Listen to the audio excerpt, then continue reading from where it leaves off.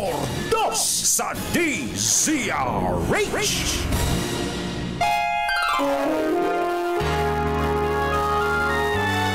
Kauna-unahan sa Pilipinas.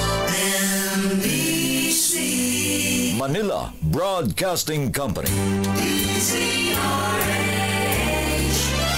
DZRH. Member, kapisanan ng mga broadcaster ng Pilipinas. Member KBP. Oras eksakto en punto 6:06 ng umaga. Humahataw, humahagupit, lumalatay na komentaryo sa himpapawid. Dos por dos. Walang takot sa paghimay sa masalimuot na isyu ng bayan. Dos por dos. Humahataw na mga balita at impormasyon. Dos por dos. Ating damhin, ating lasapin ang hagupit na dos por dos.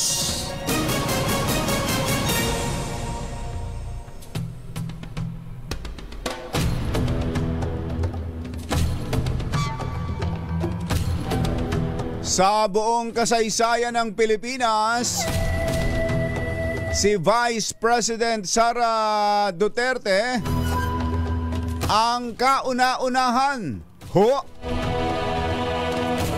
Ang kauna-unahang Vice Presidente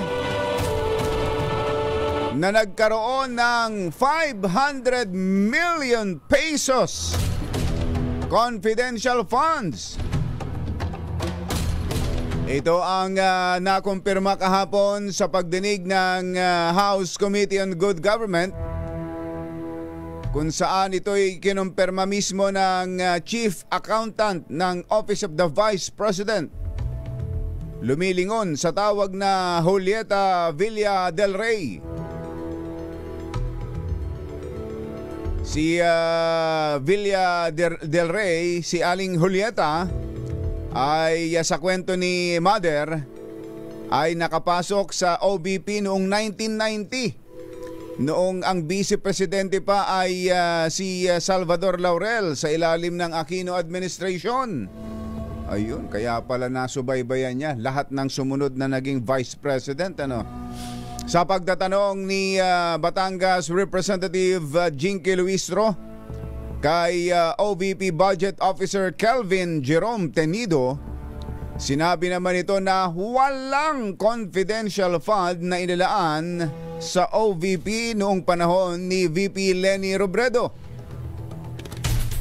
Doon din sa kaparehong hearing, sinabi naman ni Rosaline Sanchez, Administrative and Financial Services Director ng OVP, tanging si VP Sara, intindi, no? Tanging si VP Sara, ibig sabihin wala nang iba. Ha? Special Disbursement Officer Gina Acosta, meron pa palang iba. At Yusek Zulaika Lopez. Sila lang daw tatlo ang may kontrol sa mahigit o sa halos kalahating bilyong pisong confidential funds ng tanggapan ng pangalawang Pangulo. Isyu ng bayan. Isyu ng bayan. Dos por dos. At maitim ang balak, magtago ka na. Dos por dos. Si Jerry at si Anthony, narito na. Dos por dos. Hahataw ng todo, urado ka. Dos por dos. Ang katotohanan, dala nila. Dos por dos. Walang sinasamba pali, maniwala ka. Dos por dos. Hataw ng gusto, tol, umasa ka. Dos por dos. Dos por dos.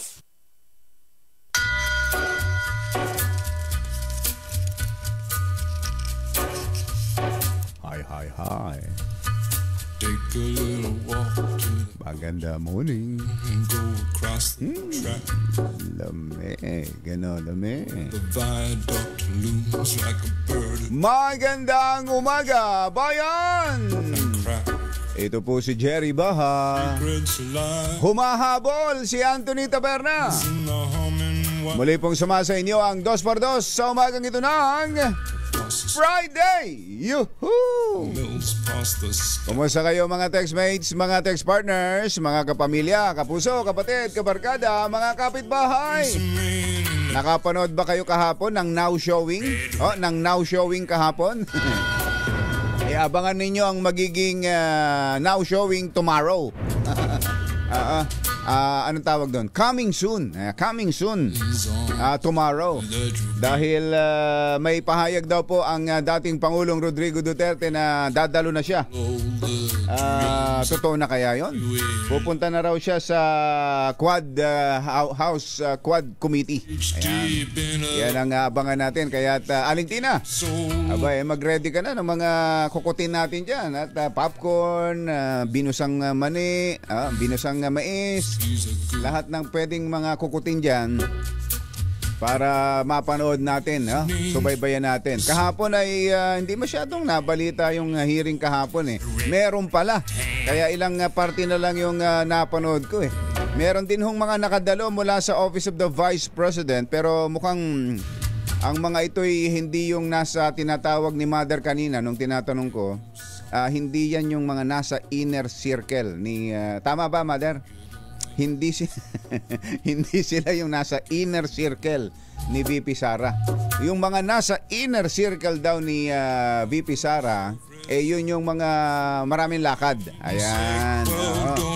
May kanya-kanyang mga pinuntahan daw sa mga probinsya at busy. Abala sa pagtupad ng kanilang tungkulin bilang mga public servant. Ayun. At yan ay pinatutuhanan din ni VP Sara na meron palang meron pala siyang video. Napanood ko rin yun. Ayan, nasa screen picture grab ng Philippine Star. Bagamat ang banner nila yung kay Pangulong Duterte, ready to face Quad Committee, andun din po yung picture ni VP Sara na naka-t-shirt, polo shirt ng kulay green. Napansin ko doon na Mother kay VP Sara, yung kita yung niya dito, parang inopera, may hiwa, parang may peklat dito. Tapos parang may bukol pa eh. Parang ano kaya yun? Yung kaya napa-check up na ni VP Sara. Yung nasa leeg niya sa gawing kanan, niya. May mukhang may hiwa na ron, mukhang inopera na. Ay, ito, ayan, nakikita ninyo. Paki-zoom out mo nga para makita natin ng mas malapitan. Zoom out. Ayan. Ha? Hanggang ganyan lang. Ayun na, di ba? Nakikita. Ano kaya yon? Sana naman hindi masyadong problema yon ni VP Sara dahil mapaparami ang maging madaragdagan ng problema niya. Bukod sa baka thyroid. Oo nga, ito ayun May halatang may hiwa. Tapos parang may bukol pa na may bukol pa. Sana naman okay ang ating Vice Presidente para masagot itong mga isyong ito na inuurirat ng mga kongresista. At paharapin nyo na, VP Sara, paharapin nyo na yung mga taong hinahanap nila. Ayan, kinontempt na tuloy ng House Committee on Good Government at ipaaresto na yung 4. Yung Chief of Staff ng Vice Presidente na si Zuleika Lopez na nasa abroad, binigyan pa ng isang pagkakataon. Bagamat ituhong si Congressman JJ Suarez, may nagbubulong kay Congressman JJ Suarez. Sabi siguro, Congressman, nagdadahilan lang yan. Nagdadahilan lang yung mga yan. Sino kaya yung bumulong na? Kapag ayaw talaga, napakaraming dahilan. Kung gusto, may paraan. At lalo tuloy na pagdududahan na hindi talaga nila maipapaliwanag kung paano nilustay, kung paano inubos ang ganito kalaking confidential funds. Nga pala, ano bang mga ahensya ang may confidential funds? Ano bang mga opisyal? Mukhang ito ang pinakamadaling mapaglaruan . Baka naman inuurirat nyo ng husto ang aming mahal na Vice Presidente. Baka naman sa ilalim ngayon ng BBM administration, marami ring opisyal ang may ganyan, ha? Ha? Alamin mo nga yan, Yuel. Ha? Alamin mo nga kung sino-sino at kung ano-anong mga opisina ng gobyerno ang may confidential funds hanggang ngayon. Oo, na pwedeng gamitin sa kung saan-saan. Isipin nyo, walang auditing yan eh. Isipin mo, gumawa ka lang ng papirmahin mo lang, halimbawa si JM o si Parang Het. Papirmahin mo lang sa isang pirasong papel na sinabi mong binigyan ka nito ng isang napakahalagang impormasyon. Hindi mo naman kailangang bili, di ba? Hindi mo naman kailangang sabihin kung anong impormasyon yon. Baka chismis lang yon, tungkol sa kung ano lang yon. Sinabi mo, binayaran mo ito ng 50,000. Ganon eh. Yung mga ilang narinig natin, ganon pala, doon pala ginagamit yung confidential fund. Tapos wala namang paraan kung paano hahanapin kung sino yung binigyan na yon. At wala rin paraan para sabihin kung ano yung impormasyon dahil confidential nga eh. Ano ka? Ha? Ano ka ba? Confidential nga eh. Ba't mo tatanungin? Di ba? Tapos magbabayad ng safe house. Kukuha ng safe house dahil yung kanilang witness o kaya informant ay kailangang itago para sa kanyang kaligtasan. Ayun, ihahanap mo ng safe house yan. Magkano ibabayad mo ngayon doon sa may-ari ng safe house? 1 milyon, isang gabi. Tingnan mo na. Aangal ka ba doon? Sasabihin, ganon ka-importante yung informant na yan eh. Kaysa naman sa mamatayan, gusto nyo bang mamatayan? Gaganunin ka pa ngayon. Ano masasabi mo dyan? Ganon no, ayan no. Eto pala, sigurado ka rito Yuel, Office of the President, meron pala itong confidential fund. Ang Department of National Defense ay meron din. DILG, ayan, meron din. Kasi may mga confidential intelligence funds yan. Department of Justice, DSWD, meron din? Hindi nga. DOTR, meron din? Bakit naman kailangan bang maging confidential ang pagbibigay ng tulong? Kailangan ba ng confidential fund para lang mapatakbo ang tren? Para lang mapaandar ang bus carousel? DOTR ganyan kalaki ang confidential fund ng DOTR. Mario Ang mga shero ng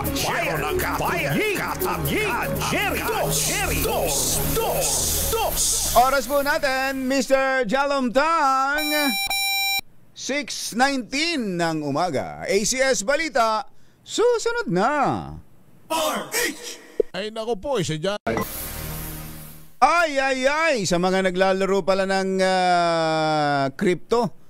Yung nandyan sa cryptocurrency, ang ganda pala ng... ano ba ito? Ano ba itong napindot ko na yun? Ayan. Antindi pala. All-time high ang Bitcoin. Pumalo na ng nasa $88,000 plus per Bitcoin. 88,386. Humahataw. Sa mga marunong dyan, ng mga naglalaro dyan ng cryptocurrency, pero mag-iingat kayo naglipa na rin ang mga masasamang loob. Ayun, di ba yung nakausap natin doon sa yung isa sa mga nagtatrabaho dyan sa Niraid sa Maynila, yung building dyan, napugad daw ng mga scammer. Yun, kasama ang cryptocurrency sa kanilang mga ipinanloloko. Pero doon sa mga totoong meron yan yung Bitcoin, Ethereum, Solana, Cardano. Pinakamainam pag-aralan nyo kung gusto nyo. Parang stock market lang din. Parang stock market na kailangan ninyong pag-aralan. Wag na kayo mag-i-invest sa iba para itaya kayo, para ibili kayo ng Bitcoin. Naku po, inang. Doon na kayo madadali. Ayan pump, ito ba Trump pump? Trump pump pa rin ba ito? Diba? Sobrang hataw ng Bitcoin, ng stock market. Ang dollar po ngayon ay magkano ba dollar kontra sa peso? 58. Oh, hindi na bumaba sa 58. Ano, mula nang tumungtong 58.59. Talaga naman. At ang inaasahan daw po nila ay tataas pa yan. Sandali po lamang. Makatotohanan, balitang maaasahan. ACS Balita. Walang makakaligtas, walang makakalampas. Saan mang sulok ng kapuluan, Luzon, Visayas hanggang Kamindalawan. Basta't may balita, ipagwagwagan ng sikat na tagapagbalita. ACS Balita. Kasama ang 2x2 tandem Anthony Taberna at Jerry Baha. ACS Balita. Ang programang ito ay hatid sa inyo ng ACS Manufacturing Corporation, ISO Certified, maker of world-class quality Pride detergent. Narito na po ang ulo ng ating ACS Balita. Batas na magbibigay ng mas maraming trabaho paglago ng ekonomiya nilagdaan ni Pangulong Bongbong Marcos. Malacanang tiniyak na may sapat na pondo sa pagtugon sa sunod-sunod na bagyo na tumatama sa bansa. Lawyer o abogado ng Office of the Vice President tumangging manumpa sa Kongreso, pinalayas. Presyo ng diesel, nako po, may mahigit 2 pisong taas presyo. Higit piso naman sa gasolina at gas. 2 Korean national inaresto sa pagnanakaw at coercion at grave threat sa Parañaque. At truck driver, tinodas, isinilid sa drum dahil sa pag-utang ng 1,000 piso sa Santa Rosa, Laguna. Magandang umaga, Luzon, Visayas, Mindanao. Good morning, Philippines. Hello world! Sa pangalan po ni Anthony Taberna, ito po si Jerry Baha. At ito ang ACS Balita. Update mula sa Pag-asa, kaugnay ng bagyong Nika, bagyong Ophel, kung nakapasok na. At sino yung susunod pa? Ano yung pangalan ng P? Pepito. Pepito Manaloto, may apelido. Ayan, si Veronica Torres ng Pag-asa. Miss Veronica, magandang morning. Magandang morning din po sa inyo, pati na rin po sa ating mga taga-subaybay sa DZRH. Ano po nga, nasaan na si Nika? Ito nga pong si Nika, kaninang alas 4 ng umaga ay nasa layong 185 kilometers kanluran ng Lawag City, Ilocos Norte. Nagtataglay ng lakas na hangin na 95 kilometers per hour malapit sa sentro at bugso na abot 115 kilometers per hour. Kumikilo sa direksyong Hilagang Kanluran sa bilis na 30 kilometers per hour. Ito namang si Nika, ang pinakamataas na tropical cyclone wind signal na dala nga po niya ay signal number 1. Ito ay yes po. Humina na pala siya, no? Humina na. Matapos na tumama sa kalupaan. Opo, tama po kayo. Ngayon ay nasa may severe tropical storm category na nga lang siya. Kahapon ay nasa typhoon category po.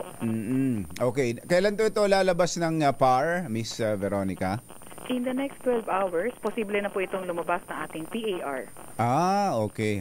So lalabas na, samantalang may susunod naman si Ophel. Opo, itong ang si Ophel ay pumasok na ng ating Philippine Area of Responsibility. Aba, so meron tayong 2 bagyo sa loob ng PAR. Opo. Okay. 2 na po sila. So, kaninang alas 4 naman ng umaga, ito ay nasa layong 1,170 kilometro silangan ng southeastern Luzon. Tataglay ng lakas na hangin na 75 kilometers per hour malapit sa sentro at bugso na abot sa 90 kilometers per hour. Kumikilo sa direksyong Kanluran, Hilagang Kanluran sa bilis na 25 kilometers per hour. Ito nga din si Ophel ay kung maglalandfall man siya, inaasahan natin around Thursday sa central or northern Luzon area naman po. Doon din. So same track, Veronica, ano? Although, Almost the may- same. Oh. Opo, pero nakikita naman natin dito kay Ophel, pagka landfall nito sa may eastern section ng northern or central Luzon, may posibilidad itong mag-recurve. Ang labas niya, Oo. opo, posibleng lumabas ng Cagayan, posible ding dumaan ng Babuyan Islands, and then magre-recurve nga po siya, and then ang daan niya ay sa may silangang bahagi ng Taiwan po. Ganun ba? Parang tatalbog siya, ganun? Parang mag-curve Hindi, po siya. hindi siya tatawid sa kalupaan. Opo, tama po kayo. Pero magla-landfall. Opo, possible mag-landfall. May May possibility. May inaasahan ba natin magiging malakas din yang si Ophel? Nakita nga po natin na si Ophel ay posible ring maging malakas at bago mag-landfall, maaabot din ito yung typhoon category. Although bahagyang hihina pagka-landfall, pero pagkalabas, paglabas ng landmass, posibleng ma-maintain niya naman yung lakas niya na around 100 kilometers per hour. Ayun, oo. So hindi natin inaasahan na kasing lakas nitong mga nakaraan na umaabot na bagyo, na umaabot sa signal number 4. Ito pong si Ophel, dahil po posible nga po mag-typhoon category, so hindi rin po natatanggal yung possibility din po ng Pwede pa rin. signal number 4. Opo. Ganun ba? Marami rin bandalang tubig yan, si Ophel? Si Ophel ay posible rin naman na magdala rin ng mga malalakas na pag-ulan as early as Thursday. Nako. Posible nga yung heavy to intense rains, Cagayan, Isabela, at moderate to heavy sa Apayao, Kalinga. Ngayon may dalawang bagyo sa loob ng PAR. Hindi ba nagkakagirian yan? Hindi ba wala bang epekto sa isa't isa yan? Opo, itong dalawang bagyo naman, although pareho nasa loob ng PAR, malayo naman po sila sa isa't isa. Nag-iisnaban, ano? Magkalayo naman. Nag-iirapan lang.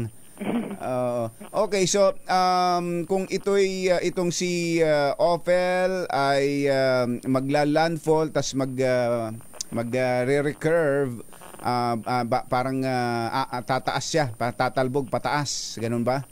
Parang lilihis, gano'n. Lilihis. Oo. Tapos, meron pa raw isang sumusunod, Veronica. Opo, meron tayo minomonitor na isa pang bagyo sa loob ng ating Tropical Cyclone Information Domain. Ito si Tropical Storm Manny. Ito naman ay may kalayuan pa sa landmass ng ating bansa at nasa may layong 2,870 kilometers east ng southeastern Luzon. So, okay.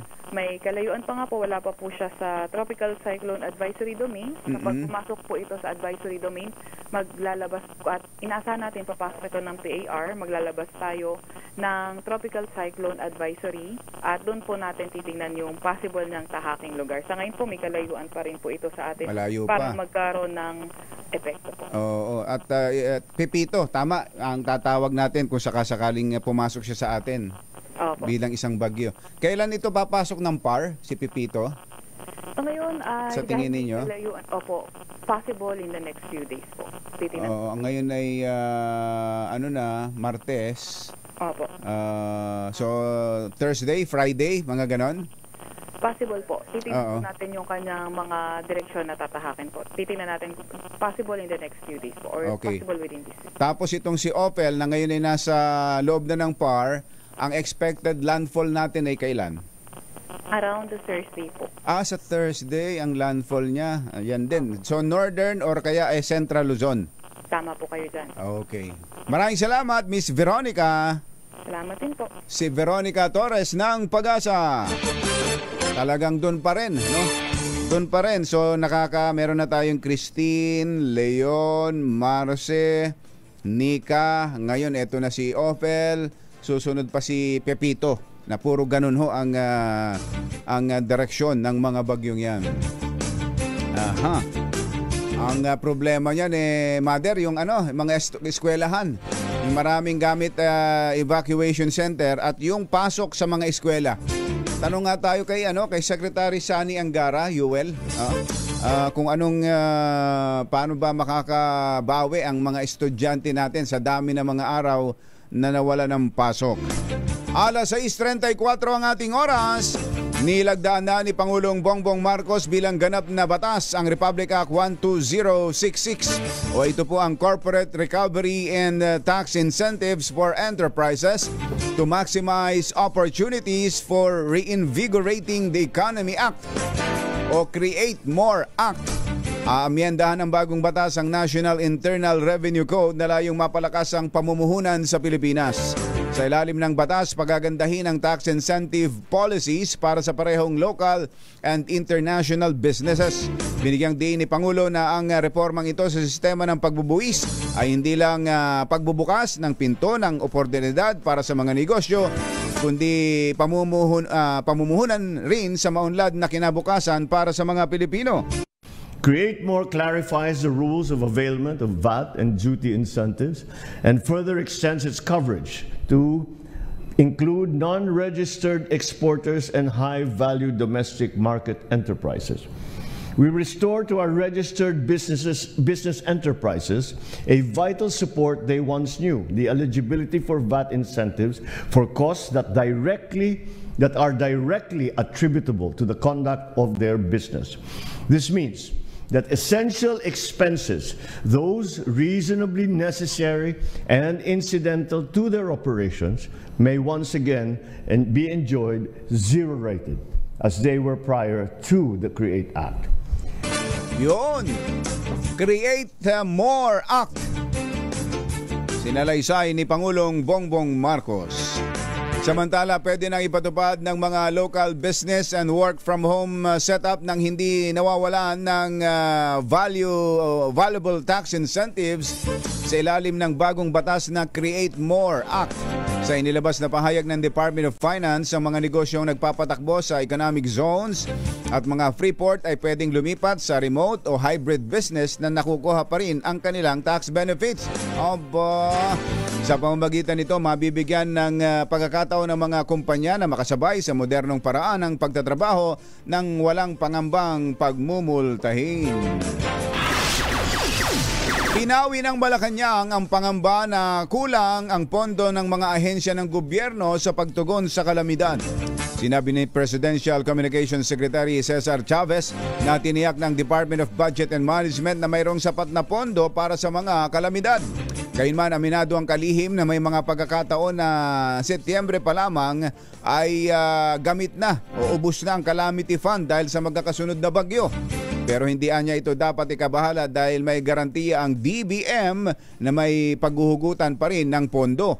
Lagi may pagkukunan ng pondo ang gobyerno at mayroon tayong assurance mula kay DBM na mayroon tayong sapat na pondo para sa mga susunod na kalamidad bago sa katapusan ng hanggang sa katapusan ng Disyembre nito. May pondo tayo para sa pag-address response ng gobyerno para sa kalamidad. Yun! Si Presidential Communications Secretary Cesar Chavez. Sa ibang balita, pinalayas sa pagdinig ng House Committee on Good Government and Public Accountability ang hepe ng Legal Department ng Office of the Vice President na si Attorney Emily Rose Torrentira. Ito'y dahil sa hindi naman siya imbitado sa hearing, walang otoridad na kumatawan sa OVP at nagmatigas pang at hindi nanumpa na magsasabi ng totoo sa pagdinig na gaya ng ginawa noon ni Vice Presidente Sara Duterte. Sa apat kasing opisyal ng OVP, tanging si Torrentira lamang ang ayaw manumpa. Kaya't nagmosyon si Abang Lingkod Party List Representative Joseph Stephen Paduano na palabasin na lamang ang abogado sa bagay na kinatigan naman ng mga miyembro ng komite. Since the good lawyer has no written authority coming from the Vice President. Second is that she never take her oath. So, Mr. Chair, first, I move that we strike out on record all the statement being made by the good attorney. Seconded.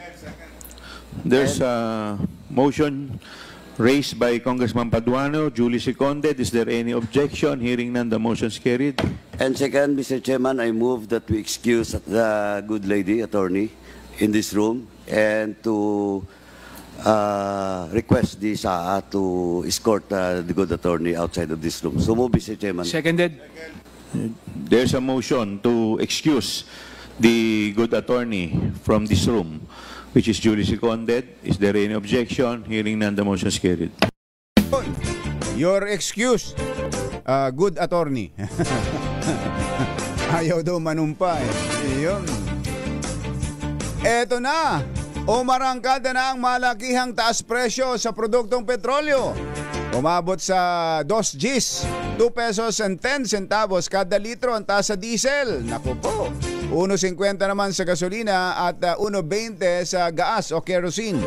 Ayon kay Director Rodelia Romero ng Oil Industry Management Bureau ng Department of Energy, nakaapekto daw sa presyo ng krudo ang bagyo sa Amerika kung saan ay bumaba ang produksyon ng oil rig sa Gulf of Mexico. Ayun, ganun pala. Bukod dito, nakaapekto rin ang pagkaantala sa pagtaas ng produksyon ng langis ng OPEC plus member country at pagsipa ng demand ng langis matapos ang interest rate cut ng US Federal Reserve. Dalawang Korean national ang inaresto matapos ireklamo ng kanilang kababayan na biktima ng pagnanakaw at pananakot sa Parañaque. Ayon kay Parañaque Police Colonel Melvin Montant, inaresto ang mga sospek sa isang kondominium ng biktima na kinilalang si Chang Hyun sa barangay Tambo. Kwento ng biktima, pinatira niya ang isa sa sospek na si alias Geon sa kanyang kondominium. Pero isang araw ay bigla na lang siyang pinapasok nito sa kwarto, bigla na lang siyang pinasok nito sa kwarto kasama ang isa pang Koreano na si alias Park. Si Park pinapasok. Tinutukan siya ng kutsilyo ng dalawang sospek at kinuha ang wallet na may lamang 40,000 pesos, cellphone, VIP card sa isang 5-star hotel. Tinakot din umano siya ng mga ito na papatayin kung hindi ibibigay ang PIN code ng kanyang VIP hotel card at saka pinag-withdraw ng 100,000 pesos sa kanyang ATM. Hindi pa nakontento, bumalik pa ang suspect sa kondo. Nagsama na naman kaya ng bago. Baka si Vincenzo na ang kasama, ha? Bumalik pa ang mga suspect sa kondo upang humingi pa ng ibang dagdag pang pera. Pero nakapag-report na sa pulis ang biktima. Dahil naman sa pangungulit sa kaibigan na pautangin siya ng 1,000 piso, binaril ng 2 beses sa ulo. Ito bago isinilid sa loob ng isang drum sa Santa Rosa, Laguna. Mario Joseph, 1,000 piso. Hindi ka na lang nag-abang ng Pasko Panalo. Asan ba si Sherwin ngayon? Sherwin, ikutan mo nga yung Santa Rosa, Laguna. Natuklalasan na lamang ang bangkay ng biktima dahil sa masangsang na amoy na nanggagaling sa isang apartment sa barangay Kanluran sa Santa Rosa. Ayon kay Police Lieutenant Colonel Benson Pimentel, hepe ng Santa Rosa Police, natagpuan ang bangkay ni alias Makmak sa loob ng isang drum sa bahay ng sospek na naaresto sa Tondo, Maynila. Inamin ng sospek na kaibigan niya si Makmak at nakulitan siya sa kauutang nito ng 1,000 at aksidente niya itong nabarel. Iyon. Paliwanag pa ng sospek, inaway pa daw siya ni Makmak nung hindi niya ito pautangin at parang pinipilit siya nito para gawin ang krimen, kaya niya ito nabarel. Talaga naman. ACS Balita. Nagbabaga pa rin ang ACS Balita. 6:42 ang ating oras. This time check is brought to you ang magsulok ng kapuluan. ACS Balita! ACS Balita! Ang programang ito ay hatid sa inyo ng ACS Manufacturing Corporation, ISO Certified, maker ng world-class quality Pride detergent. Hi! Magandang morning! Anong araw today, mga kumbatsero? Sabay-sabay tayo. Today is Laundry Day, Pride Day! Yuhuu! At pag Laundry Day, all you need is Pride washing machine detergent. May triple stain away formula kaya tanggal ang makapit, madikit, malupit na dumit man siya, kaya easy ang labada. Kaya pala mula noon hanggang ngayon, all you need is Pride. All you need is Pride. ACS. Kasama ang 2x2 tandem Anthony Taberna at Jerry Baha. ACS Balita. Alas 6:46 ang ating oras. Kuha nga tayo ng update mula sa Office of the Civil Defense. Nasa linya natin ang ating administrator ng NDRRMC. Ano ito? Tama ba? Si Yusek Ariel Nepomuceno. Yusek, magandang morning. Si Ka Jerry po ito. Jerry at sa ating mga kababaeng nakikinig. Good morning po. Apo, Yusek, naku, sunod-sunod itong mga bagyo at puro yung Northern Luzon ang tinatamaan. Ano po ba sa monitoring sa inyo? Anong mga pinsala na at sa ari-arian, sa infrastructure at pati sa agriculture? Meron na ba tayong nakuhang mga pagtaya dyan, Yusek? Ganito po. Yung mga official report tungkol dito sa particular lang itong kay Nika, papasok lang po yan mamaya mga alas 8. Ganun po, no? Subalit, alam naman natin lahat. Kakatapos pa lang natin sa Marse, nandun nga kami nung linggo. Oo nga yan na naman ho yung tinamahan. Ibig sabihin, yung mga napinsala ng mga lugar at mga kabahayan nung Marse, dumugtong lang dito sa Nika. Kaya, ano ho yan In fact, simula pa yan nung Julian, Christine, Marse, Nika, tapos pumasok na ngayon yung offer sa ating path at ng landfall niyan. Mukhang doon din. Diyan na area sa norte na naman sa kaya nga Manila, Cagayan, Ilocos region. So, pagdating mo sa mga na-damage, sabi ko sa mga meetings nga ho namin kahapon, yung agricultural damage, baka kumbaga magmumukhang mababa ang report sa agricultural damage ngayon. Kasi nakalanta na po yun yung sira-sira na po yun. So, dugtong-dugtong lang po yung report. Pag tinignan nyo po yung naiulat yung combined hito nung Christine at Leon, ang agricultural damage natin nun, mahigit 7 billion piso yung halaga nun. Ang infrastruktura, 10.6 billion. Ibig sabihin, halos yan din po yung maiulat namin. Pero mahintayin po natin yung particular lang dito sa Nika, pamaya-maya po. Kaya lang, ngayon, ang mga nasa evacuation centers natin, mga kababayan, na nasa loob ng evacuation centers ng mga pamilya, 8,106. Ibig sabihin, 26,231 ng mga individual. So yan. So wala na hong uwian yung mga yan dahil sunod-sunod yun Parang halos oras lang o araw lang ang nagiging patlang nitong mga bagyo Tama po. Kasi pati ho yun nasa Region 5 sa Kabikulan, hindi na rin ho natin pinuwi. Buti na lang kasi ang tinamaan talaga, of course, yung Cagayan area, yung Isabela at Aurora talaga. Nasa Cagayan nga ho kami, linggo lang kasama si President Bongbong.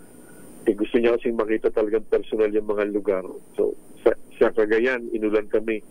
Pagdating naman ng Ilocos, umaaraw. Ganun po talaga Tapos, pero ang ulan kahapon, nasa Region 2 talaga yung direct hit.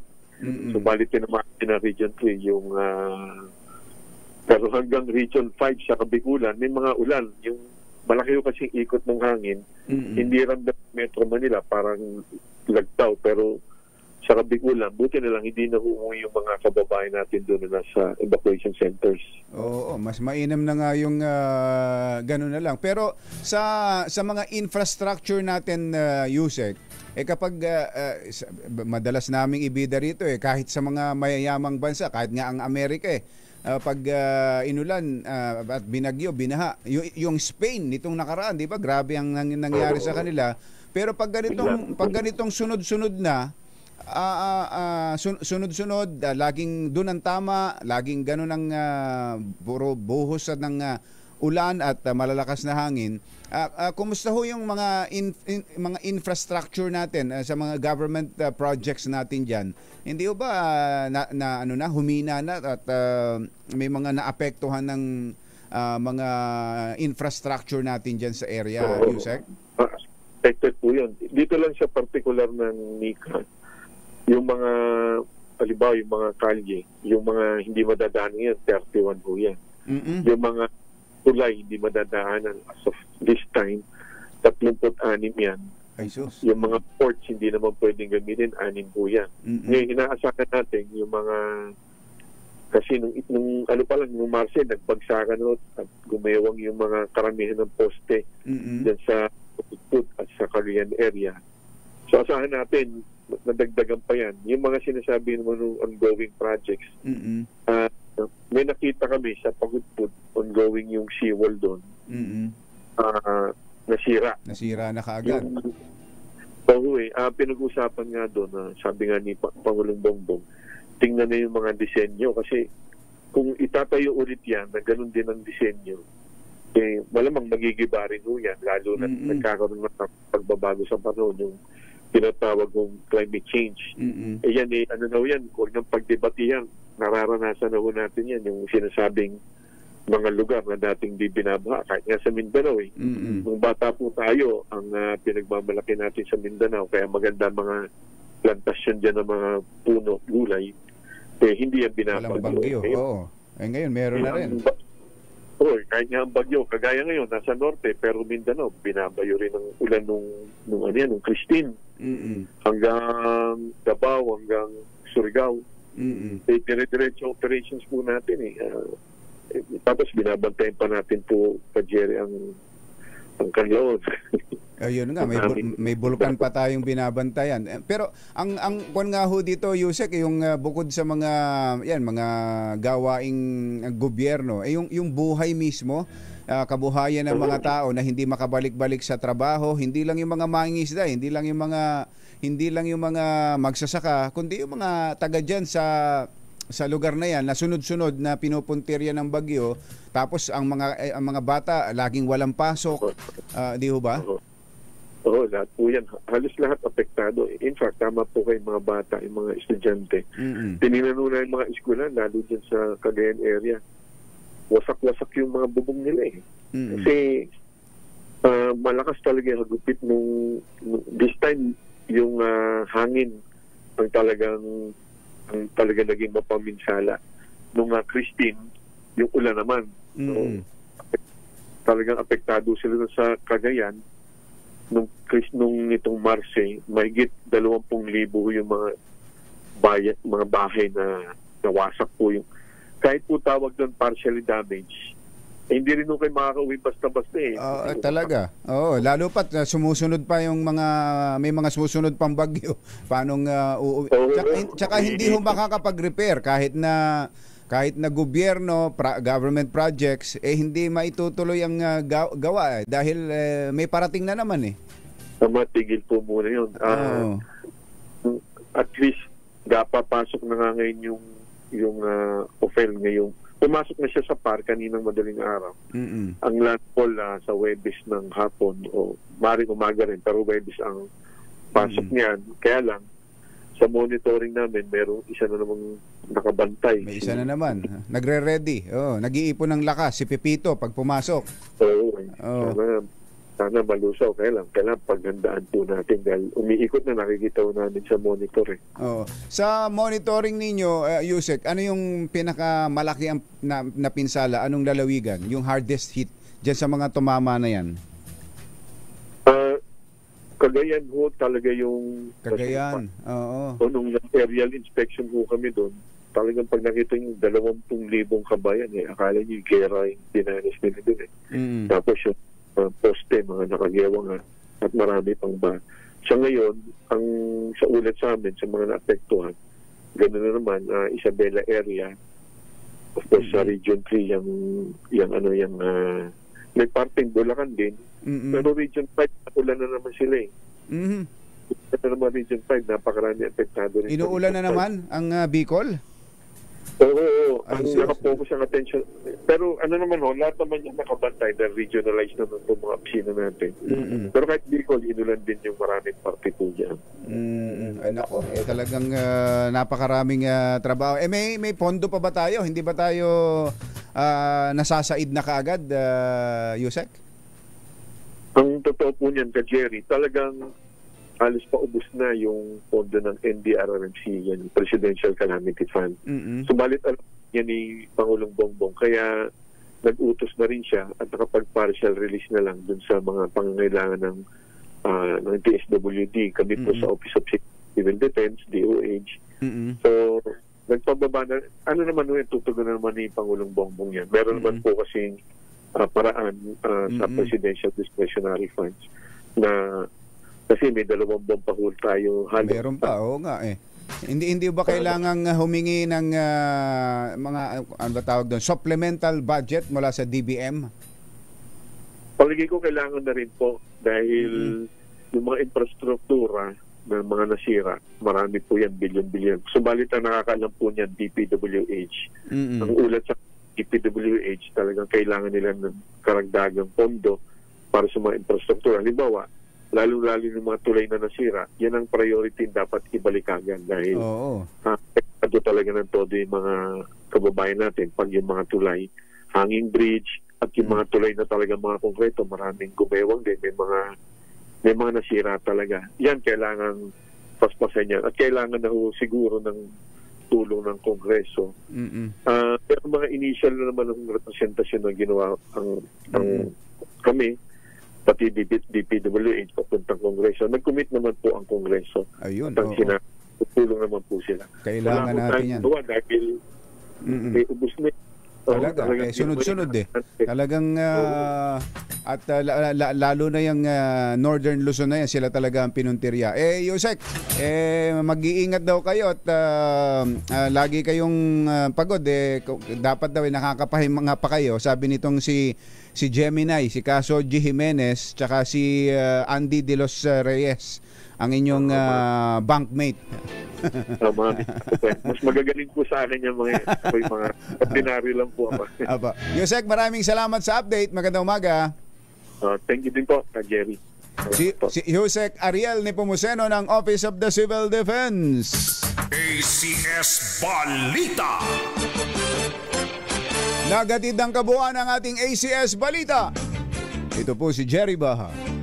Kasama ang 2x2 Tandem Anthony Taberna at Jerry Baha. ACS Balita.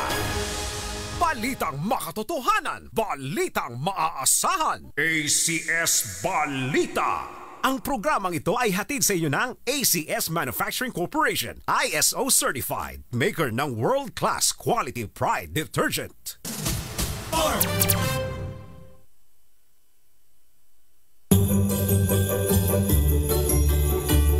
Panalo ang Pasko sa Teaser H. Dahil sa Pasko Panalo, mas malakas promo. Puntahan na natin ang location ng ating roving team. Namamaspo. Ay, mamigay muna tayo ng pera. Narinig nyo yung balita kanina dahil sa 1,000 piso, pinatay. Nangungutang ng 1,000, nakulitan yung inuutangan. Binarel, isinilid pa sa drum. Mario said, napag-uusapan ng pera, inilabas po ng PNP ang nasa 300 million pesos in cash na mga nasamsam nila sa 2 raid sa mga puguan. Ito ay mga raid na isinagawa dyan sa Clark. Yung isa sa Clark. Magkano yung sa Clark? In the heartland. Yung sa Clark ay 187 million plus doon sa Clark Pogo Hub. At ang isa pa ay nasa 117 million plus na isang Pogo Hub sa Las Piñas. Ang sabi ho ng PNP, hindi nawawala yan, andito lang yan. At sila raw ay nakahandang ilabas yan bilang mga ebidensya kapag naayos na ng Department of Justice ang mga kaso. Pero ang hinahanap Brigadier General Jane Fajardo ay yung mga cash na nakuha naman dito sa Century Peak Towers. Ang dami nyo rin daw pong milyon-milyon din daw ang nakuha dyan ng PNP. Bakit hindi na ilalabas? Napupuntirya tuloy na may mga tinitwist tuloy ang pangyayari at sinabing kinuha yun ng mga pulis. Ayun, napapasama tuloy ang mga pulis so sa mga nagsagawa ng raid dyan sa Vertex Technology kung saan ay sabi nung ilang mga witnesses andyan ang scamming activities, iba't ibang uri ng cybercrime. na kanilang ginagawa dyan sa Century Peak Tower. Ilabas na rin natin yan, General Marbil. Maipakita na rin yan at para mawala ang pagdududang yan ay ibinulsa ng kung sino-sino lang. At magamit talagang ebidensya yan na yan ay mga kinikita, nakukulimbat ng mga eksperto sa panloloko. Ito ang walang halong panloloko. Magkakapera ka na, may grocery ka pa at may mga iba pang items mula sa DZRH. Nandyan pala sa Barangay Putatan. Barangay Putatan sa Muntinlupa. Si Sherwin Alvaro, 6. Sherwin, go, go, go! Go, go, go, Sherwin! Ito talaga walang halong Jerry, yan, go. Walang halong kieme. Ito nga mga tupad. Tignan mo, makikipag yung mga yan. Aba, ang dami May uniforme pa. Kaya malinis sa Barangay Putatan. Oo, yan mga, ayan ang tupad. Tignan mo, ayan na, hindi sila nagpipicture habang nagwawalis. Sino nagsabi nagpipicture? Nagwawalis sila na nagwawalis. Yan ang tupad. Yung tupad yan, tupad. Ano ibig sabihin ng tupad? Pero, ano ibig sabihin ng tupad? Naaktuhan natin.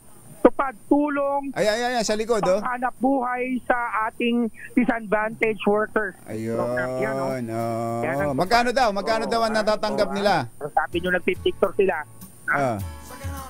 Magkano daw ang natatanggap? Sweldo ng tupad? 6,450 po. Sa isang... Naging 450 na lang. Magkano raw? 6,000? Wala pa po kasi hindi pa kami tapos.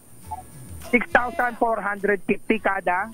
Hindi po, 10 days. 10 araw yon, 10 araw ng 10 araw. So, after ng 10 days? Yung damit inililipat sa susunod na batch, ganun ba? Amin na po to. Pero yung ibang katapos sa programa, iba naman. Meron po. Iba naman yun. No? Para iba naman. Damit din yung ibibigay. Ganito rin po. Baka naman mapudpud yung kalsada, Sherwin. Ano sinasabi nyo na? Sherwin. Picture sila ng picture. Sherwin, baka naman mapudpud yung kalsada, kawawalis. Hindi nila yung kalsada Nahukay na yung kalsada sa kawawalis. Napudpud na yung semento. Ayan, ang linis. Ang walis. Tignan mo, napudpud na. Ano ba yung lugar na yan? Parang may bagong gawang building. Parang may bagong gawang building kanina. Yan. Ano ba yan? Ito, dito ginagawa ang tubig. Pagawaan ng tubig. Yung nililinis yung tubig galing sa Laguna, Dibay. Ayun. And dahil ito yung Renco FFJJ 20 ml Modular Water Treatment Plant. Yun pala. Yan matatagpuan niya dito sa Barangay Putatan. Dito, siguro kapag tapos sila magwalis sa tupad, nagpapatreatment sila dito, ganyan. Tubig yung tinitreatment dyan. Pero ito matindi. Ito malakasan dahil itong bahay na to, nahuli natin, huling-huli. Parang nakahuli natin mga nagwawalis ng tupad yan, kitang-kita nyo, dinampot na yung mga dahon. Dito sa bahay na to, malakasang nakatune in. Uy, may karinderya pala dyan. Asa si tatay? Ay. Oo. Naku, ang sarap ng luto dito. Lalo na ito, Gotong Batangas. Ayan, Wow. Yan, ang sarap niyan. Pero dito sa loob ng bahay, nakatune in sila sa DZRH. Ayun, may TV. Ano yan? TV, Cable ba yan o YouTube?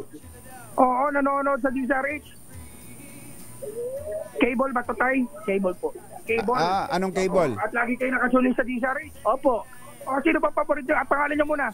Raul Panaligan po. Si Kuya Raul. Raul, palagi ka nakatune in sa DZRH. Sino paborito mong announcer tuwing umaga? Anthony Taberna po at saka si Jerry Baha. Anthony Taberna, Jerry Baha, 2 por 2, meron 1,000 pesos! Salamat, sir. Salamat sa DZRH. At syempre, dahil malapit na ang Pasko. Eto, naku, yan. Naman. Yan, at syempre, dahil ayaw namin kayong naiinitan ng ilaw. Eto, mag-DZRH na kayo sa loob ng bahay.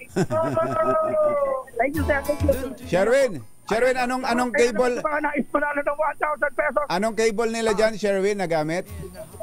Anong cable nyo daw, Tay? Channel 18 po. Signal. Ayan. Para na ipopromote din natin ang Signal. Okay. Channel 18. Oo, Signal TV, Channel 18. Kaya naman sa mga nais manalo ng 1,000 pesos sa akin tumutok sa DZRH, baka kayo na susunod nating winner sa DZRH. Pasko Panalo Promo. Ours number 6, Sherwin Bata Alfaro, DZRH. Una sa Pilipinas, una sa Pilipino. Thank you, Sherwin! Balitang bagong-bago. Balitang dapat alam mo. Balitang magdadagdag ng talino. Dahil bagong impormasyon, makibalita. Unang-una sa DZRH. Pangunahing balita. Kasama ang 2x2 tandem nina Anthony Taberna at Jerry Baha. Mainit nagbabag.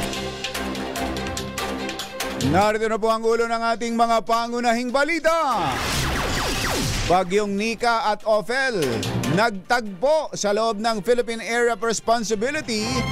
6 na lugar nasa ilalim pa rin ng Signal number 1. Halos kalahating bilyong pisong confidential funds kontrolado lang ng inner circle ni VP Sara. Hindi pagdalo ng 4 na opisyal sa hearing ipinagtanggol. Dating Pangulong Rodrigo Duterte nangakong sisipot na sa pagdinig ng House Quadcom.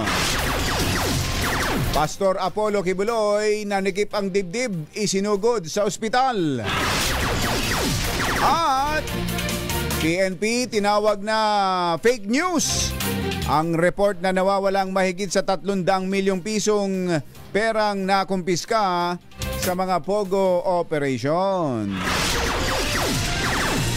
Magandang umaga Luzon, Visayas, Mindanao. Good morning Philippines. Hello world. Sa pangalan po ni Anthony Taberna, ito po si Jerry Baha. At ito ang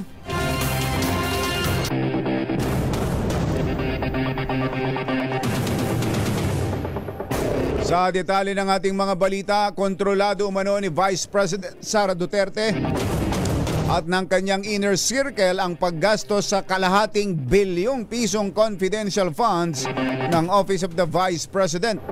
Ito ang nabunyag sa ikalimang pagdinig ng House Committee on Good Government and Public Accountability matapos dumalo si Rosaline Sanchez, Administrative and Financial Services Director ng OVP, matapos ilang beses na pang-isnab nito sa imbitasyon ng komite. Ayon kay Sanchez, mula sa pag-request at paggamit, kontrolado ito ni VP Sara at ng dalawa nitong opisyal na sina Gina Acosta, Special Disbursing Officer, at Zulaika Lopez, Chief of Staff ni Duterte. Sa interpellation ni House Deputy Speaker JJ Suarez, sinabi ni Sanchez na walang alam ang Finance Officer, Budget Officials at Chief Accountants sa papel sa pagre-release at paggamit ng pondo. Sinabi ninyo, pagdating sa liquidation, wala kayong kinalaman. Ang bahagi ninyo nandito sa planning and documentation proper. But sa actual liquidation at utilization, wala kayong kinalaman. So ang tanong ko, sino ang may kinalaman dito? O may alam dito? When it comes to the confidential fund, Your Honor, it should be the Special Disbursing Officer, Your Honor. And that would be? Ms. Gina Acosta, Your Honor. Okay, under the office, under the supervision of? She is assigned under the Office of the Chief of Staff, Your Honor. And the Chief of Staff being? That is Attorney Zulaika T. Lopez, Your Honor. And who does the Chief of Staff answer to? The Vice President, Your Honor. Being whom? Vice President Sara Duterte, Your So Honor. nandun yung hierarchy? Yes, Your Honor. Kasi kung wala na sa inyo, si SDO, Chief of Staff, at saka si VP na. Correct? That is correct, Your Honor. Okay, thank you very much. I just wanted to get that straight. Samantala, ipinaliwanag naman ni Vice President Sara Duterte kung bakit hindi dumalo ang kanyang mga opisyal sa pagdinig ng Kongreso. Sa isang press conference, nilinaw ni VP Sara na hindi totoong pinigilan niya ang mga ito na dumalo sa hearing. Ayon kay VP Sara, naging abala lang ang naturang mga opisyal sa mga aktibidad ng kanilang tanggapan. Partikular anyang nakatakdang selebrasyon ng 89th anniversary ng Office of the Vice President ngayong darating na November 15. Karamihan anya sa mga tauhan sa Central Office ay pumunta sa mga satellite offices para makibahagi sa Thanksgiving activities. Una rito, 4 na executives ng OVP ang kinontempt at ipinaaresto na ng Kamara. Then doon sa mga hindi naka-attend, meron doon na hindi naka-attend dahil sa activities ng OVP anniversary. Ang anniversary ng OVP is on November 15 this year. November 15 ang anniversary namin. So marami sa mga personnel dahil sa central office nagpunta sa mga satellite offices dahil lahat ng satellite offices meron silang Thanksgiving, iba't ibang activities ng Thanksgiving. In fact, Vice President Sara Duterte. Nangako naman si dating Pangulong Rodrigo Duterte na dadalo sa pagdinig ng House Quadcom kaugnay ng war on drugs sa ilalim ng kanyang administrasyon. Sa report ni Henry Uri, kinumpirma ni Attorney Martin Delgra na lilipad si dating Pangulong Duterte sa Maynila para humarap sa Quadcom hearing bukas. Ito rin ang inihayag ni dating Executive Secretary Salvador Medialdea matapos ang kanilang pag-uusap ng dating Pangulo. Napatid na sa ilalim pa sa medical procedure si dating Pangulong Digong para mabigyan ng clearance sa kanyang pagbiyahe. Pero naniniwala ang dating Pangulo na kaya niyang bumiyahe at humarap sa pagdinig. Alas 7:21 ang ating oras, isinugod sa ospital si Pastor Apollo Kibuloy ng Kingdom of Jesus Christ mula sa pagkakapiit sa PNP Custodial Center. Ayon kay Brigadier General Jane Fajardo, minarkahan nilang bilang urgent motion ang pagdala kay Kibuloy dahil sa Philippine Heart Center dahil sa iniinda nitong sakit sa puso. Ayon kay Fajardo, life-threatening kasi ang irregular heartbeat na naranasan ngayon ng pastor. Nabatid na dati na palang naoperahan sa puso ang KOJC leader na una nang humirit ng hospital arrest pero tinabla ng korte. Kanilang recommendation po ay ma-check po siya further to check kung ito bang kanyang kinukomplainta pagsisikip po ng dibdib ay maaari po could lead to a more serious case po. Brigadier General Jane Fajardo. Alas 7:22 ang ating oras, 2 bagyo na ang nasa loob ng Philippine Area of Responsibility. Kasunod dito ng pagpasok sa PAR ng Tropical Storm Usagi na tinatawag na ngayon bilang Bagyong Ophel. Habang mamayang hapon o gabi pa lalabas ng bansa ang Bagyong Nika. Huling namataan ng Bagyong Ophel sa layong 1,170 kilometro sa silangan ng southeastern Luzon. Taglay ng bagyo ang lakas ng hangin na umabot sa 75 kilometers per hour at pagbugso na 90 kilometers per hour. Ayon sa Pag-asa, wala pang direktang epekto ang bagyo na kumikilos sa bilis na 25 kilometro bawat oras patungong sa direksyon ng Kanluran, Hilagang Kanluran. Samantala, humina na ang Bagyong Nika habang ito'y papalabas ng bansa at huli itong namataan sa 185 kilometers kanluran ng Lawag City, Ilocos Norte. Nakataas pa rin ang signal number 1 sa 6 na lugar sa bansa, kabilang ang Ilocos Norte, northern portion ng Ilocos Sur, northern portion ng Apayao, northern and western portions ng Abra, western portion ng Babuyan Island at northwestern portion ng mainland Cagayan. Umaasa naman ang mga weather forecaster ng Pag-asa na mas maunawaan na ng publiko ang kanilang pagpapaliwanag sa kalagayan ng panahon. Ito'y makaraang baguhin ng ahensya ang paraan ng kanilang paghahatid ng impormasyon kaugnay sa mga weather system tulad ng bagyo. Ayon kay Raymond Ordinario, Pag-asa Senior Weather Specialist, kung mapapansin ay mas pinaiigi nila ang kanilang graphics o mga larawan na inilalabas at binabawasan ng masyadong mga technical na termino. Bukod dito, dinagdagan din nila ang paglalagay ng makulay na mga mapa na ipinapaskil sa website at maging sa social media. Nagbigay din ngayon ang ahensya ng Tropical Cyclone bulletin sa kada 6 na oras at dinadalasan ng pagbibigay ng impormasyon kapag malapit na ang landfall ng bagyo. Samantala, may update tayo dyan sa Dilasag, Aurora. Yung daw hungkay sa isang nag-uugnay na tulay sa bayan ng Dilasag patungo ng Isabela ay sarado pa rin. May update sa atin si RH5 Val Gonzales. Come in, Val! Jerry, ako'y nakatayo ngayon dito sa pinakagitna mismo nitong Ditubo River. Itong Ditubo River, Jerry, ay isang mahalagang daanan dito sa bahaging ito ng Central Luzon dahil itong Ditubo River na ito na binabaha ngayon at hindi madaanan, ito yung nag-uugnay, tanging daan na nag-uugnay dito sa bayan ng Dilasag dito sa Aurora at ang bayan ng Dinapige. Yan sa bayan naman ng Isabela. Kung makikita mo, Jerry, ay ano ba yan? Sapa ba talaga yan? Yan lugar na yan? Sapa talaga yan? River lamang ito, Jerry. Isang river lamang ito. Pero dito sa aking kaliwa, ayan, may tulay. Ilang akbang na lang ang layo, ay ito yung Pacific Ocean na. Ayan na, itong tubig nito napupunta, ito, pwede ko nang takbuhin, Pacific Ocean na.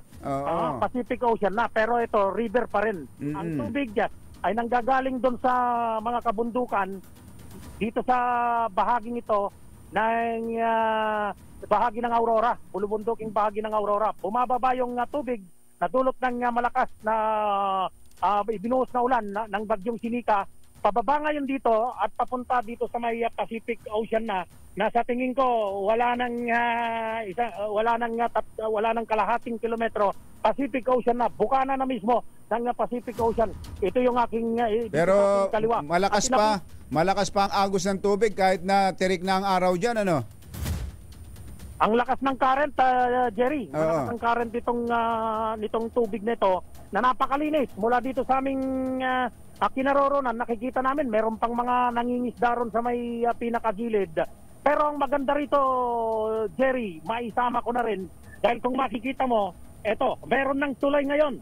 Ngayon lang nag-materialize, ngayong panahon na ito, nag-materialize na itinatayo na itong tulay at ang binabanggit sa akin, medyo pabilis namang naisasagawa ito siguro. Kung titingnan ng ordinaryong mata katulad ko, ay siguro mga nasa 80% na siguro. 80% ng tapos itong tulay na ito dahil konti na lamang Konti na lamang yung hindi nagagawa at malaking pasasalamat ng mga residente at maging yung mga ngalakal dahil doon sa pagkakatupad nung napakatagal na nilang pangako o napakatagal ng pangako ng ilang mga politiko at napakatagal ng pangarap ng mga residente rito sa lugar na maitayo itong Ditubo Bridge na ito na siguro within this year, I don't know kung magmamaterialize o maitatayo na ito. Dito sa aking harapan ay yung ilan doon sa mga ngalakal na titingnan kung kaya na nilang dumaan ngayon, magdaan ng produkto dahil isa dito sa sasakyang nag-aantay dito, isang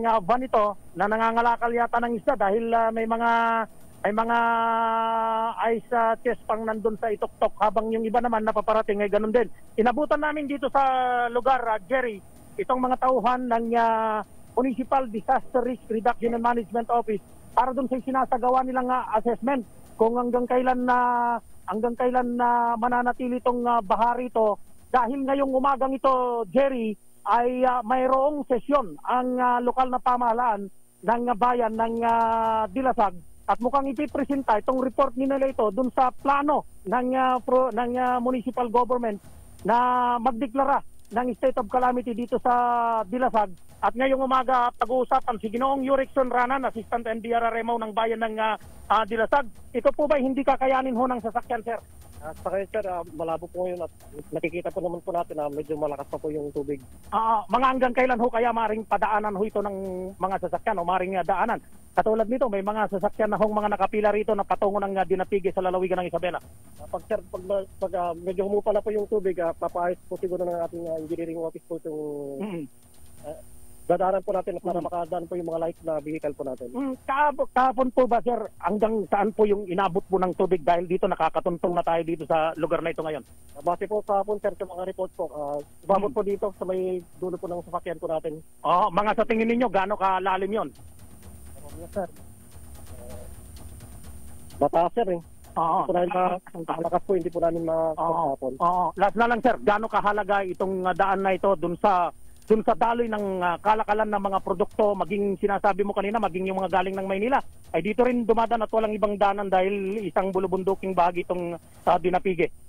Mahalaga, sir, itong daan ito, kasi ito po yung major na pinakadaanan po ng ating mga kababayan papunta po dyan sa isang barangay po dito sa Jagyan, saka papunta po ng Dinapige Isabela po. Ito lang po yung pinaka-major na daan po nila. Wala pong ibang daan. Sir, wala bang paraan para pansamantala makadaan itong mga to kung paano gagawin ho rito sa lugar nito? Dito sa malakas pa yung current na umaagos yung tubig. Wala bang paraan para makagawa ng kung ano man para pansamantalang daanan, sir? Siguro, sir, mamaya, sir, sa pag-uusapan po dun sa may munisipyo kung ano po yung maganda pong gawin dito, itatayos po siguro, sir, para makadaan po yung ating mga maliliit na sasakyan, mga light vehicle po. Okay, maraming salamat si Ginoong Yurikson Ranan Jerry, ang Assistant MDR-RMO ng bayan ng Dilasag. At kanina ay inabutan din namin dito yung mga tauhan naman ng Provincial Engineering Office at nagsasagawa rin sila ng assessment kung hanggang kailan mananatili itong ganito at kung ano yung maring gawin para madaanan at dumaloy yung mga kalakal patungo dyan sa bahagi ng Dinapige, Isabela. So mula rito sa boundary ng lalawigan ng Isabela at Dilasag dito sa lalawigan ng Aurora, kasama ko pa rin si Dennis Villanueva Jr. Ako si Val Gonzalez, DC Rates, una sa Pilipinas, una sa Pilipino. Thank you, Val! Mula dyan sa Aurora. Kaya lang, eto, may papalapit na naman eh. Papalapit na naman ang bagyo, sunod-sunod. So maapektuhan na naman yung lugar na yan. Alas 7:31 ang ating oras. Magbabalik pa rin ang mga pangunahing balita. Ang balitang Pogo. Ayon kay PNP spokesperson Brigadier General Jane Fajardo, nananatiling intact ang mahigit sa 300 milyong pisong Pogo money mula sa dalawang naunang operasyon ng PNP. Sa katunayan, ipinakita pa ni Fajardo sa media ang updated na kuha ng pinaglagakan ng cash. 187.7 million ay galing sa Sun Valley Corporation sa Clark, Pampanga at itong 117.1 million na nakumpiska sa Hong Tai firm sa Las Piñas. Sa press briefing sa Campo Grande, tinawag ni Fajardo na false at misleading ang mga lumalabas na report na nagsasabing wala na ang mga nakumpiskang pera. Wala rin umanong nakuhang cash ang PNP sa pagsalakay sa Century Peak Tower sa Maynila, pero meron itong nakakandadong vault. Dadaan pa sa panibagong warrant bago mabuksan. Hinikayat ni Pangulong Bongbong Marcos sa mga pribadong kumpanyang nagmamay-ari ng mga truck na tumulong sa paghahanda at pagtugon sa mga bagyong tumatama sa bansa.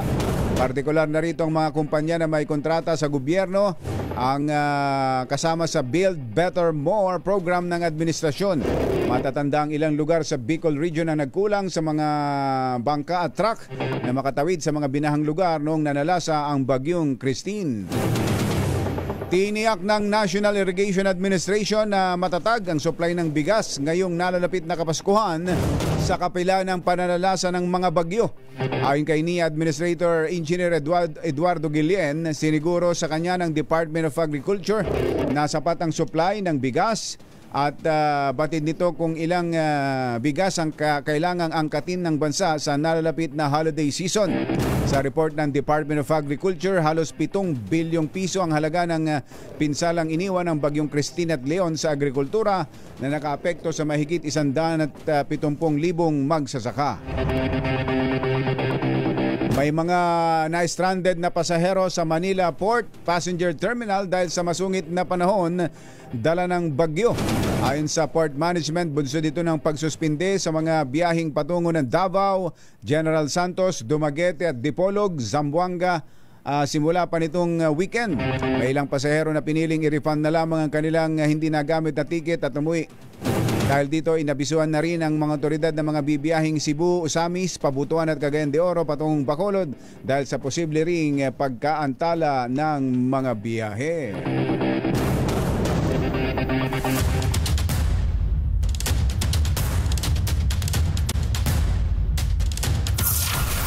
Metro Manila ngayon. Malaki ang itinaas sa presyo ng mga produktong petrolyo ngayon. 2 Gs sa diesel. Naku, ano kaya ang reaksyon ng mga jeepney drivers? RH52 Edniel Parosa. Kami Edniel. Jerry, wala nang maisip na paraan ng pagtitipid ang mga tsuper ng jeepney na biyaheng San Juan hanggang Divisoria sa gitna ng panibagong big-time oil price increase. Ayon sa tropa ni Kuyang Edwin na naabutan ng DZRH News sa isang gasolinahan dito sa kalye ng Domingo, wala na silang magawa kundi indahin na lamang itong higit 2 pesos sa dagdag presyo sa diesel. Wala naman kayo magagawa kung magtataas. Talaga magtitiis kami sa mga ng ganyan. Kasi bawas kita talaga ang nangyayari sa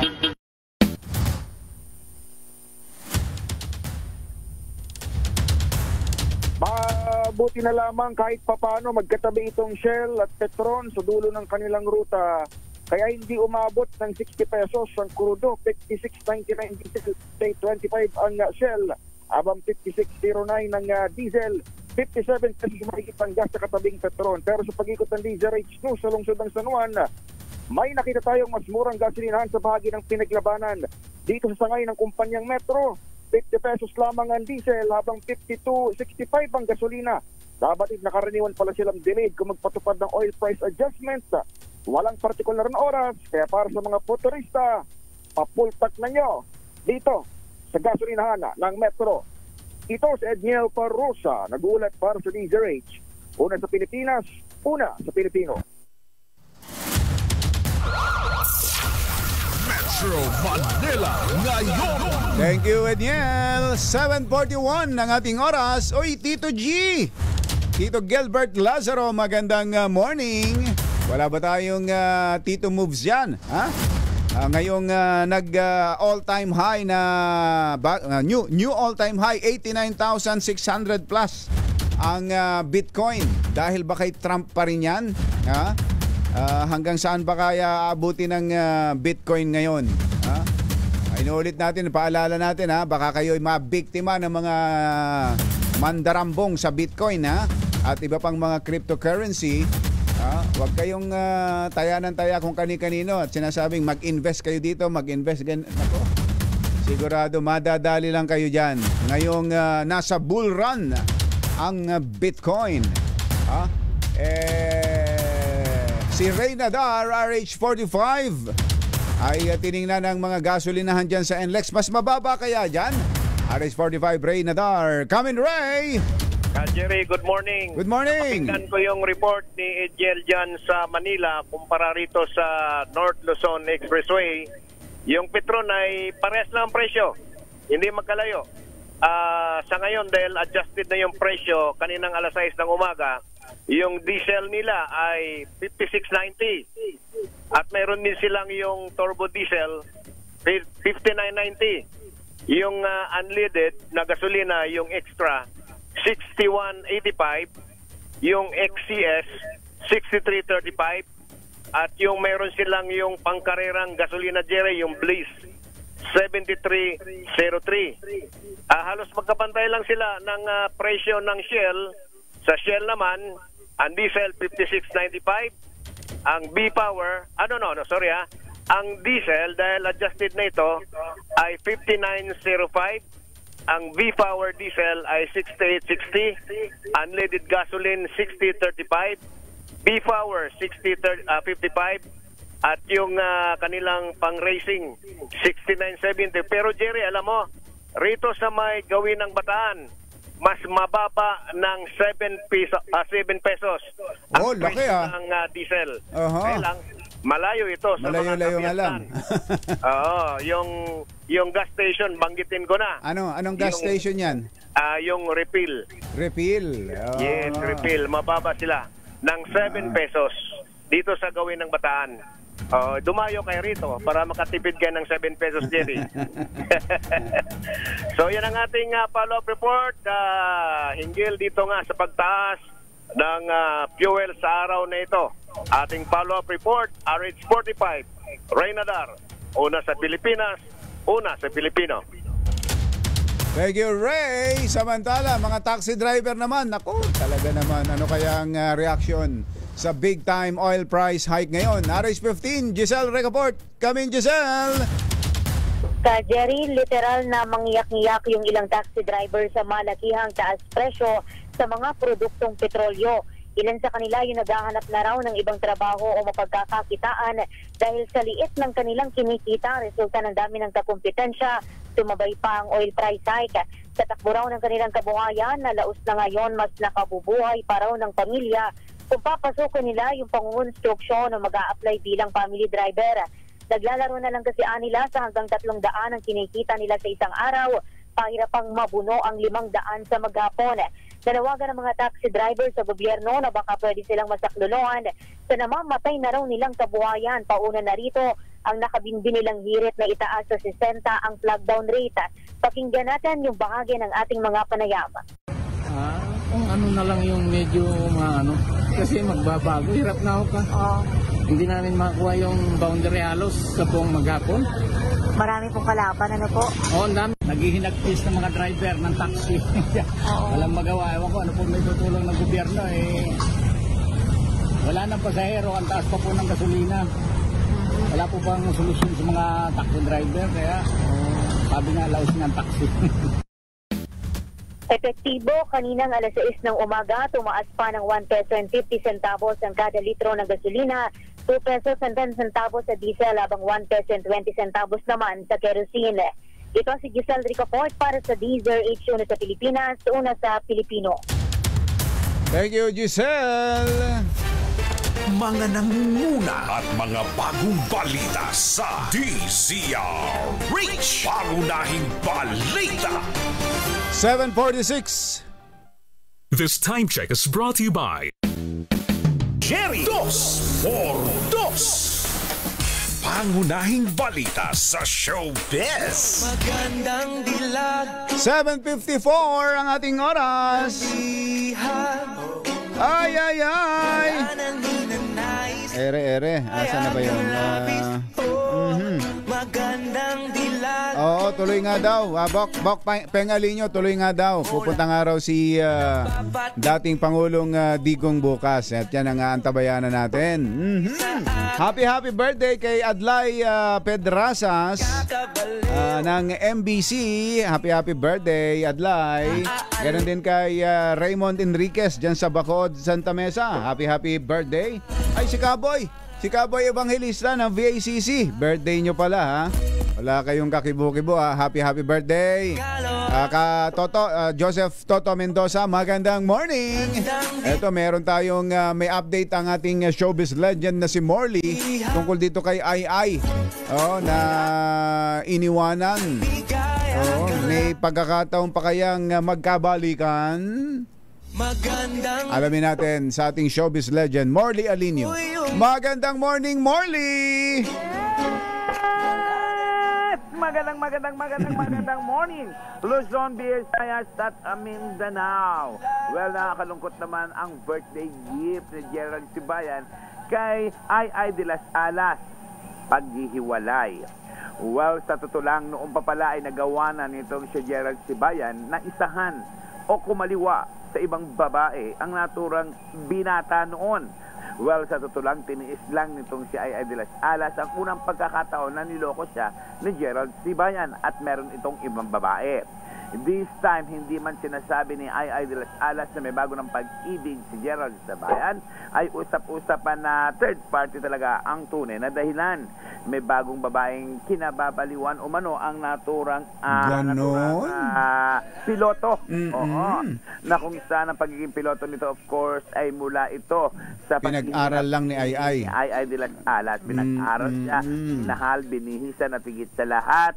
ay dinala sa Amerika para maging citizen doon.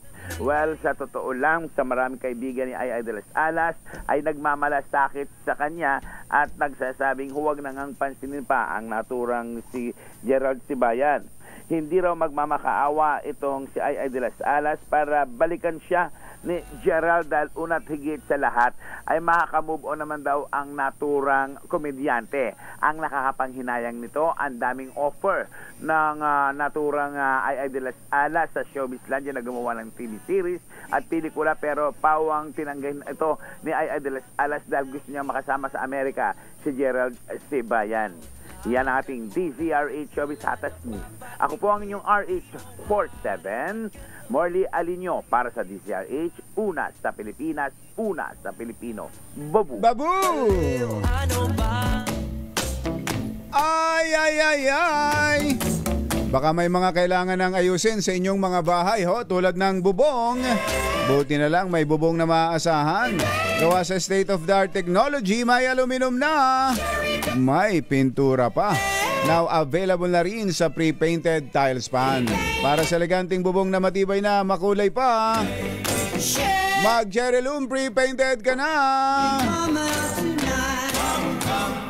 Come out, come out. Tinitingnan ko itong listahan ng mga tanggapan ng pamahalaan na tumanggap ng mga confidential funds. Ayan ang sinasabi natin, ang confidential fund, hindi ho ino-audit. No? Magre-report lang sila kung paano nila ginastos, pero walang paraan para kung totoo man o hindi yung yung mga pinagbigyan at pinaggamitan.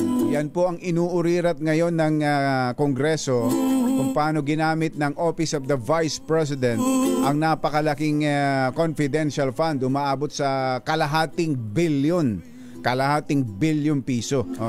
Kanina tinatanong ko ano pa ba mga government agencies na mayroon yan. Syempre ang Office of the President meron pong 4.5 billion.